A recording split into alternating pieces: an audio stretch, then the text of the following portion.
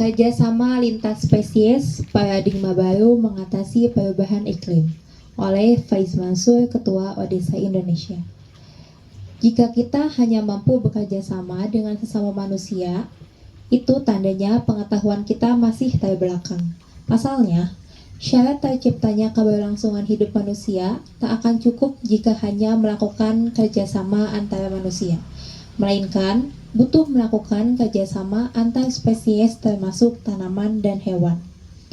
Perubahan iklim dengan rupa-rupa tragedi yang terjadi saat ini semestinya dilihat melalui pendekatan interdisipliner, dengan menyertakan masalah-masalah ekologi sebagai fakta sosial, dan lebih dari itu diperlukan juga sikap empati terhadap tanaman dan satwa.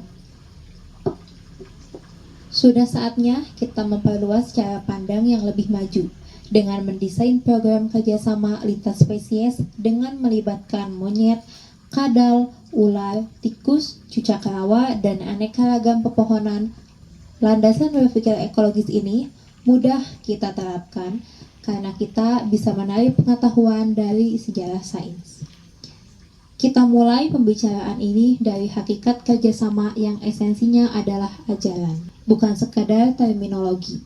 Ia dibutuhkan sebagai cara pandang oleh setiap perkumpulan manusia sejak zaman purba.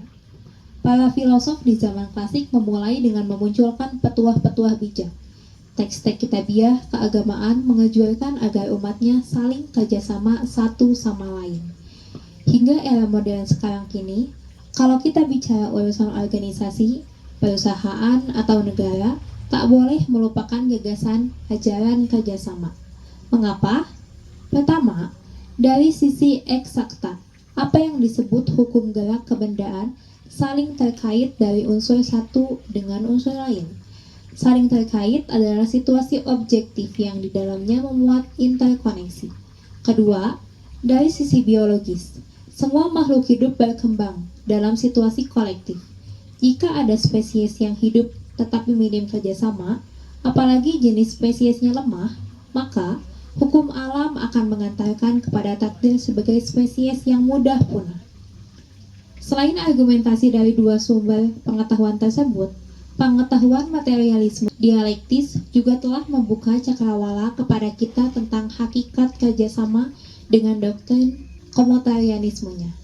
Materialisme dialektis ini meyakinkan kita bahwa strategi kerjasama adalah kebutuhan objektif setiap spesies, karena lahir dari kebutuhan naluriah, alias bukan strategi yang dibangun di atas pikiran idealis. Semakin kuat kerjasama, semakin kuat kesintasan setiap spesies.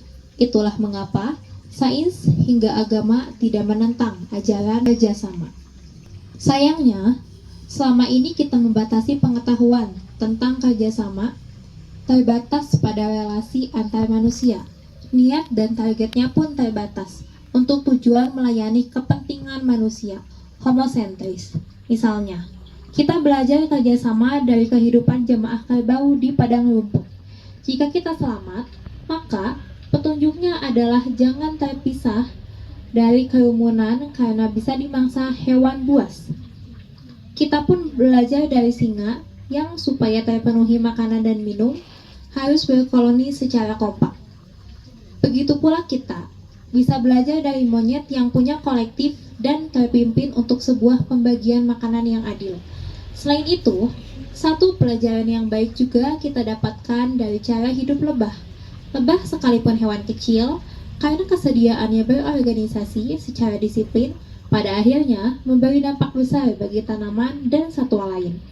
Keberhasilan produksi tanaman penghasil bunga dan buah mustahil berjalan baik jika tidak menyertakan lebah.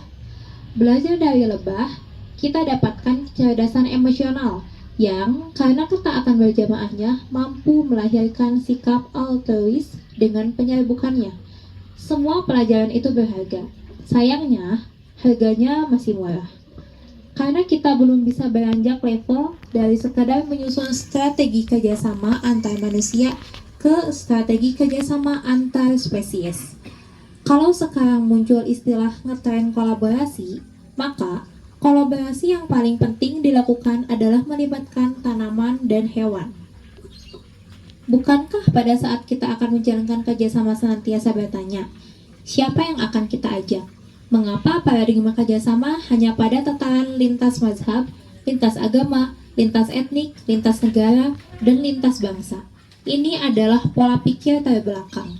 Bisa jadi, kalau berhasil dalam mewujudkan kerjasama itu, maka yang mendapatkan rahmat hanyalah manusia, tetapi belum merahmati alam. Jika kita meluaskan pembacaan atas perubahan iklim yang di dalamnya terdapat krisis pangan dan kerusakan lingkungan, hal tersebut karena manusia tidak menaruh empati pada botani dan satwa. Manusia terlalu fokus pada ego kemanusiaan dan belum punya fokus pada ego ekologi. Kita juga mengenal hukum alam yang saling berkaitan, tetapi semua kaitan yang ada dalam praktiknya hanya diarahkan untuk keperluan manusia. Semestinya juga kebutuhan alam terpenuhi. Sudah saatnya kita menggeser doktrin mengambil manfaat bagi kita, manusia, ke arah doktrin baru. Setiap spesies harus sama-sama mendapatkan manfaat. Jika kita tidak segera mengubah paradigma ke arah kerjasama lintas spesies, niscaya kita akan saling menyalahkan satu sama lain. Sementara, letak kesalahan paling mendasar adalah tidak menyertakan tanaman dan satwa. Ada 3 prinsip yang penting untuk menegakkan kerjasama ekologis. 1. Rasa aman dan mendapatkan manfaat.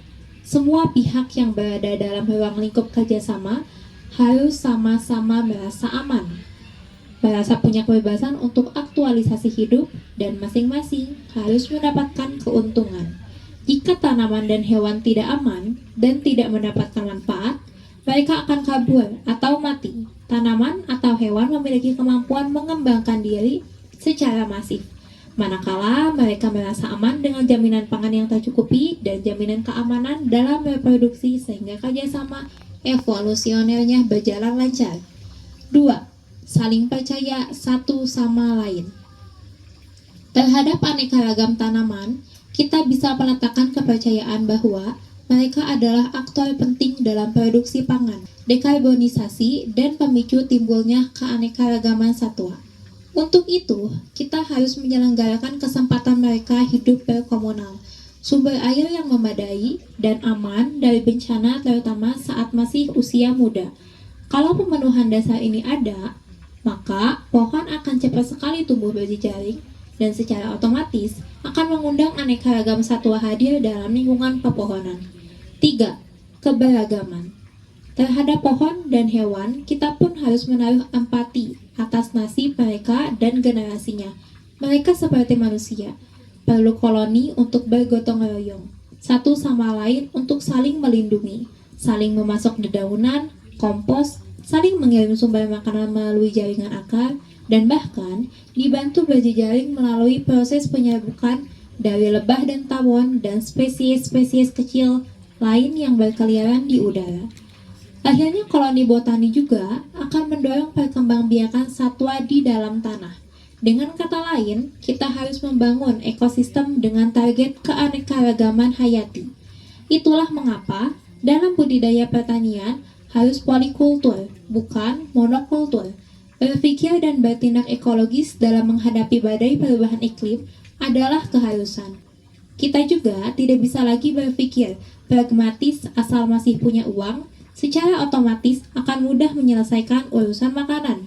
Itu bukan perilaku bijaksana, karena urusannya sekedar pemenuhan kebutuhan dasar biologis.